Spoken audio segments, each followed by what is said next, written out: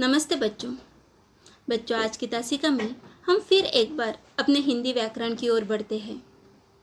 इससे पहले हमने हिंदी व्याकरण में संज्ञा, सर्वनाम इन शब्द प्रकारों का अध्ययन किया है।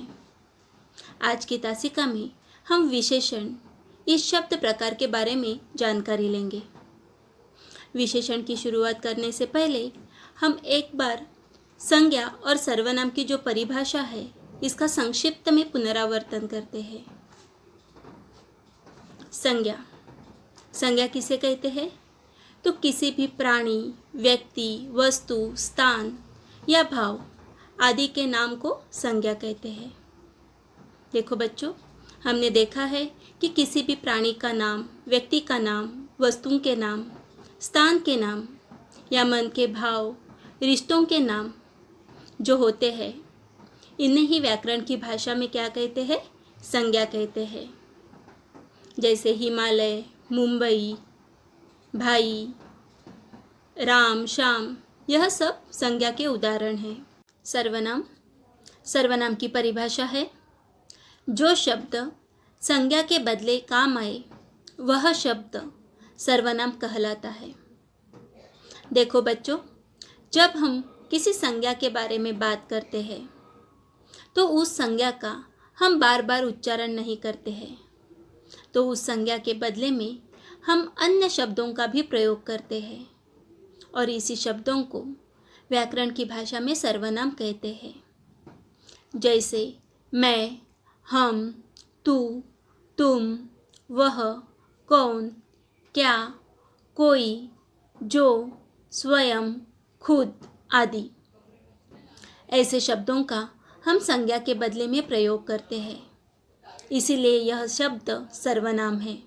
तो बच्चों, अब हम विशेषण इस शब्द प्रकार के बारे में जानकारी लेते हैं। विशेषण किसे कहते हैं, विशेषण के भेद कौन से हैं और उसके उदाहरण, इनके बारे में हम जानकारी लेते हैं। तो विशेषण किसे कहते हैं? जो शब्द संज्ञा या सर्वनाम का गुण दोष, रंग ढंग, संख्या, माप आदि बताता है वह विशेषण कहलाता है। ध्यान से सुनिए बच्चों, जो शब्द संज्ञा या सर्वनाम का गुण दोष, रंग ढंग, संख्या, माप आदि बताता है वह विशेषण कहलाता है। इसका ही अर्थ है कि विशेषण मतलब संज्ञा या सर्वनाम के बारे में अधिक जानकारी देने वाला शब्द या संज्ञा या सर्वनाम की विशेषता बताने वाला शब्द, इसे ही क्या कहते हैं? विशेषण कहते हैं। अभी हम कुछ उदाहरण देखते हैं। 1. बूढ़ा कमजोर था। तो बूढ़ा कैसे था? तो बूढ़ा कमजोर था। तो कमजोर यह शब्द बूढ़ा इस संज्ञा की विशेषता बताता है, उसके बारे में अधिक जानकारी देता है, इसीलिए कमजोर यह क्या है? विशेषण है। दूसरा उदाहरण है, चोर चालाक है। चोर कैसा है? तो चोर चालाक है। इस वाक्य में चालाक यह शब्द चोर इस संज्ञा के बारे में अधिक जानकारी देता है, उसकी विशेषता बताता है, इसीलिए चालाक यह विशेषण है। तीसरा वाक्य है, मोर के पंख सुंदर होते हैं। इस वाक्य में सुंदर यह शब्द पंख इस संज्ञा के बारे में अधिक जानकारी देता है, उसकी विशेषता बताता है, इसीलिए सुंदर यह विशेषण है। तो बच्चों, ऊपर दिए हुए वाक्यों में रेखांकित विशेषण संज्ञा की विशेषता बताते हैं। तो बच्चों, ऊपर दिए हुए वाक्यों का ध्यान से निरीक्षण कीजिए। इन वाक्यों में रेखांकित किए हुए शब्द कमजोर, चालाक, सुंदर यह विशेषण है और यह विशेषण संज्ञा की विशेषता बताते हैं। जैसे कमजोर बूढ़ा, चालाक चोर, सुंदर पंख। तो रेखांकित मतलब अंडरलाइन किए हुए विशेषण संज्ञा की विशेषता बताते हैं। अभी हम कुछ और उदाहरण देखते हैं। एक, तुम बहादुर हो। इस वाक्य में बहादुर यह शब्द तुम इस सर्वनाम की विशेषता बताते हैं, इसीलिए बहादुर यह क्या है? विशेषण है। दूसरा वाक्य, वह ईमानदार है।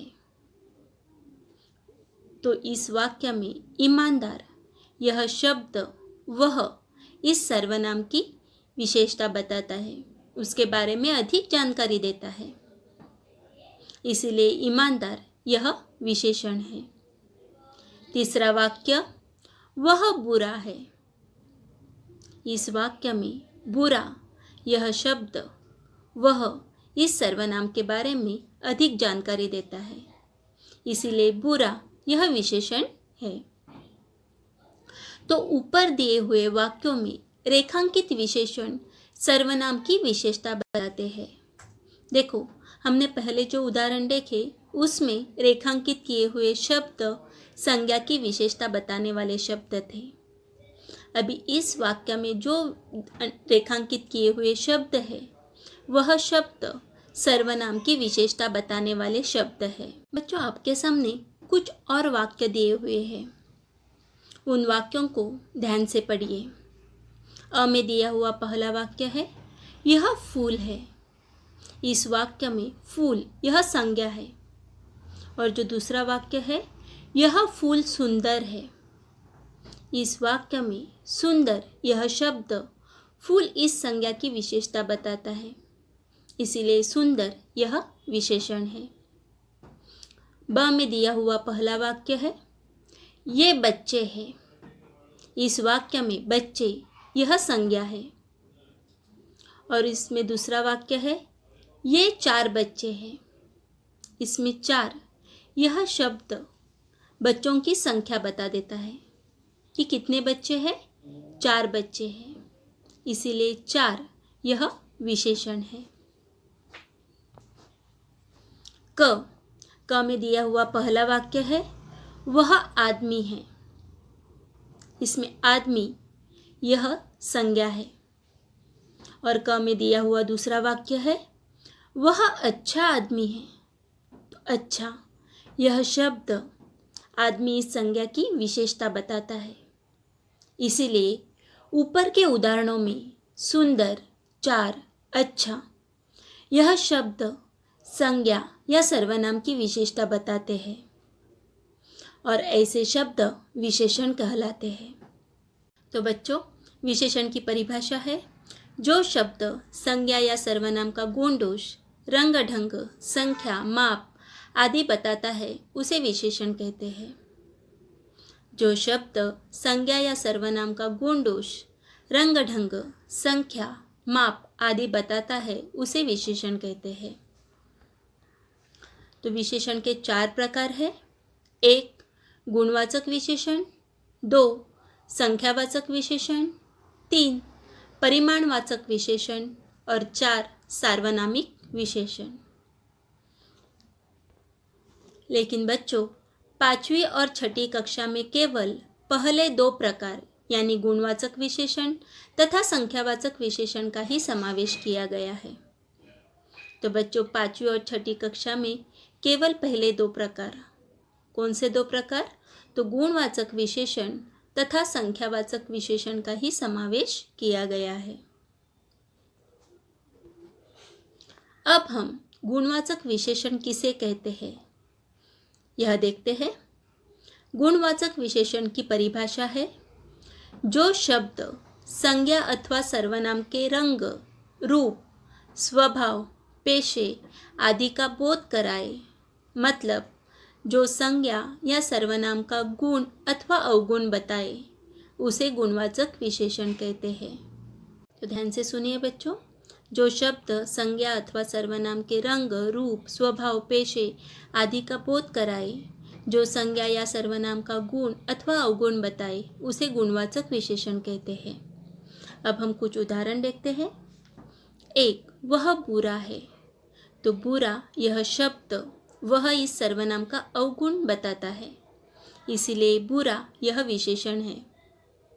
2, लीला सुंदर लड़की है। तो सुंदर यह शब्द लीला की सुंदरता का, उसके रंग रूप का वर्णन करता है, इसीलिए सुंदर यह विशेषण है। 3, तिलक देशभक्त पुरुष थे। तिलक कैसे पुरुष थे? तो देशभक्त पुरुष थे। तो देशभक्त यह शब्द तिलक के स्वभाव का वर्णन करता है, इसीलिए देशभक्त यह विशेषण है। 4, प्रवीण एक बुद्धिमान लड़का है। इस वाक्य में बुद्धिमान यह शब्द प्रवीण का एक अच्छा गुण दर्शाता है, इसीलिए बुद्धिमान यह गुणवाचक विशेषण है। तो ऊपर दिए हुए वाक्यों में बुरा, सुंदर, देशभक्त, बुद्धिमान यह सब गुणवाचक विशेषण के उदाहरण हैं। अभी विशेषण का दूसरा प्रकार संख्यावाचक विशेषण। और संख्यावाचक विशेषण की परिभाषा है, जो शब्द संज्ञा या सर्वनाम की संख्या सूचित करता है उसे संख्यावाचक विशेषण कहते हैं। जो शब्द संज्ञा या सर्वनाम की संख्या सूचित करता है उसे संख्यावाचक विशेषण कहते हैं।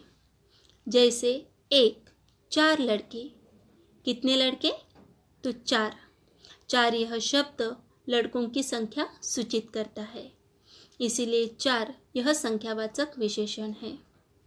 2, 7 दिन। कितने दिन? 7। 7 यह शब्द दिन कितने हैं यह सूचित करता है, इसीलिए 7 यह संख्यावाचक विशेषण है। 3, 50 रुपये। कितने रुपये? 50। तो इन उदाहरणों में 4, 7, 50 यह शब्द संज्ञा या सर्वनाम की संख्या सूचित करते हैं, इसीलिए यह संख्यावाचक विशेषण है। संख्यावाचक विशेषण के 2 प्रकार होते हैं, एक निश्चित संख्यावाचक विशेषण और दूसरा अनिश्चित संख्यावाचक विशेषण। पहला प्रकार अनिश्चित संख्यावाचक विशेषण। जब विशेषण की संख्या निश्चित होती है तो उसे निश्चित संख्यावाचक विशेषण कहते हैं। जब विशेषण की संख्या निश्चित होती है तो उसे निश्चित संख्यावाचक विशेषण कहते हैं। उदाहरण 1, 8 रुपये। कितने रुपये है? 8। 8 यह निश्चित संख्या है, इसीलिए यह निश्चित संख्यावाचक विशेषण है। दूसरा उदाहरण 3 चोर। कितने चोर? 3। 3 यह निश्चित संख्या है, इसीलिए 3 यह निश्चित संख्यावाचक विशेषण है। तीसरा उदाहरण 10 आदमी। कितने आदमी? 10। 10 यह निश्चित संख्या है, इसीलिए यह निश्चित संख्यावाचक विशेषण है। तो बच्चों, इन उदाहरणों में दिए हुए 8, 3, 10 यह निश्चित संख्यावाचक विशेषण के उदाहरण हैं, क्योंकि 8, 3, 10 इन शब्दों से निश्चित संख्या का बोध होता है, इसीलिए यह निश्चित संख्यावाचक विशेषण है। संख्यावाचक विशेषण का दूसरा भेद अनिश्चित संख्यावाचक विशेषण। जब विशेषण की संख्या अनिश्चित होती है तब उसे अनिश्चित संख्यावाचक विशेषण कहते हैं। देखो बच्चों, जब विशेषण की संख्या कितनी है यह निश्चित नहीं है, अनिश्चित है, तब उसे क्या कहते हैं? अनिश्चित संख्यावाचक विशेषण कहते हैं। हम कुछ उदाहरण देखते हैं। 1, कई लोग। कितने लोग? कई लोग। लेकिन कई इस शब्द से हमें निश्चित संख्या का बोध नहीं होता है, इसीलिए यह अनिश्चित संख्यावाचक विशेषण है। दूसरा उदाहरण अनेक किताबें। हमें पता है अनेक मतलब एक से ज़्यादा, लेकिन कितने यह निश्चित हमें पता नहीं है। अनेक इस शब्द से निश्चित संख्या का बोध नहीं होता है, इसीलिए अनेक यह अनिश्चित संख्यावाचक विशेषण है। तीसरा उदाहरण है हम सभी देशभक्त हैं। इसमें सभी यह संख्यावाचक विशेषण है। लेकिन सभी मतलब कितने? 5, 10 यह हमें पता नहीं है। सभी शब्द से हमें निश्चित संख्या का बोध नहीं होता है, इसीलिए सभी यह अनिश्चित संख्यावाचक विशेषण है। तो बच्चों, ऊपर दिए हुए जो उदाहरण है उसमें कई, अनेक, सभी यह जो विशेषण है, इन विशेषणों से निश्चित संख्या का बोध नहीं होता है, इसीलिए यह अनिश्चित संख्यावाचक विशेषण है। तो बच्चों, आज की तासिका में हमने विशेषण की परिभाषा, विशेषण के दो भेद, एक गुणवाचक विशेषण और दूसरा संख्यावाचक विशेषण, और संख्यावाचक विशेषण के दो भेद, एक निश्चित संख्यावाचक विशेषण और दो अनिश्चित संख्यावाचक विशेषण, इसका अध्ययन किया है। तो बच्चों, विशेषण पर आधारित किस प्रकार प्रश्न आपको परीक्षा में पूछे जा सकते हैं, यह हम देखते हैं। प्रश्न क्रमांक 1, नीचे दिए गए वाक्यों में से विशेषण चुनिए। पहला वाक्य है, तभी तेज प्रकाश फैला, और इस वाक्य में विशेषण है तेज, क्योंकि तेज यह शब्द प्रकाश इस संज्ञा की विशेषता बताता है, इसीलिए तेज यह विशेषण है। 2, दादी जी ने मज़ेदार कहानी सुनाई। दादी जी ने कैसी कहानी सुनाई? तो मज़ेदार कहानी, इसीलिए मज़ेदार यह विशेषण है। 3, मैंने मीठे आम खाए। इस वाक्य में मीठे यह विशेषण है, क्योंकि मीठे यह शब्द आम की विशेषता बताता है। 4, मंत्री बूढ़े हो गए थे। इस वाक्य में बूढ़े यह विशेषण है। 5, मालिक दयालु था। मालिक कैसा था? तो दयालु। दयालु यह शब्द मालिक इस संज्ञा की विशेषता बताता है, इसीलिए दयालु यह विशेषण है। प्रश्न क्रमांक 2, खाली जगह में उचित विशेषण लिखिए। अभी बच्चों, खाली जगह में आप अपने मन से उचित विशेषण लिख सकते हो। पहला वाक्य है, कक्षा में डैश लड़के पास हुए, और मैंने यहाँ उत्तर लिखा है कक्षा में 30 लड़के पास हुए। आप अपने मन से 25, 20 यह भी अंक लिख सकते हो। दूसरा वाक्य है, उसे डैश डैश बुखार है, और उत्तर उसे तेज बुखार है। 3, हाथ में डैश उंगलियां होती है, और इसका उत्तर है हाथ में 5 उंगलियां होती है। 4, पेड़ पर डैश डैश फल है, और इसका उत्तर मैंने लिखा है पेड़ पर मीठे फल है। आप अपने मन से पेड़ पर कच्चे फल है, पेड़ पर पके फल है, ऐसे भी उत्तर लिख सकते हो। ऐसे भी आपको जो उचित लगे वह आप विशेषण लिख सकते हो। 5, सुबह का समय डैश होता है, और मैंने यहाँ लिखा है सुबह का समय शांत होता है। आप ऐसे भी लिख सकते हो, सुबह का समय अच्छा होता है, सुबह का समय प्रसन्न होता है। तो बच्चों, आपको उचित विशेषण का प्रयोग करना है। प्रश्न 3, नीचे दिए गए विशेषण शब्दों का वाक्य में प्रयोग करके उन्हें रेखांकित कीजिए।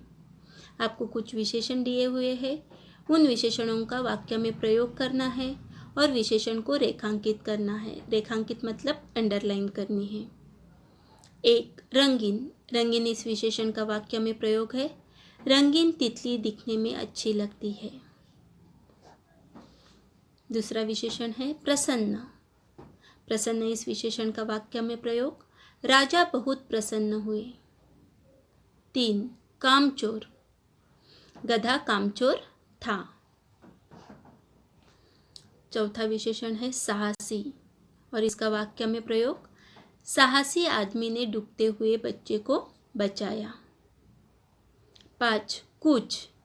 कुछ यह एक अनिश्चित संख्यावाचक विशेषण का उदाहरण है। और इसका वाक्य में प्रयोग है मैं कुछ आम खरीदूंगा।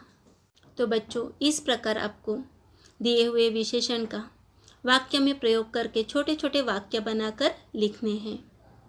और आज की तासिका में जो भी हमने देखा है, विशेषण की परिभाषा, विशेषण के भेद और उसके उदाहरण, यह आपको आपके हिंदी ग्रामर नोटबुक में लिखना है। धन्यवाद।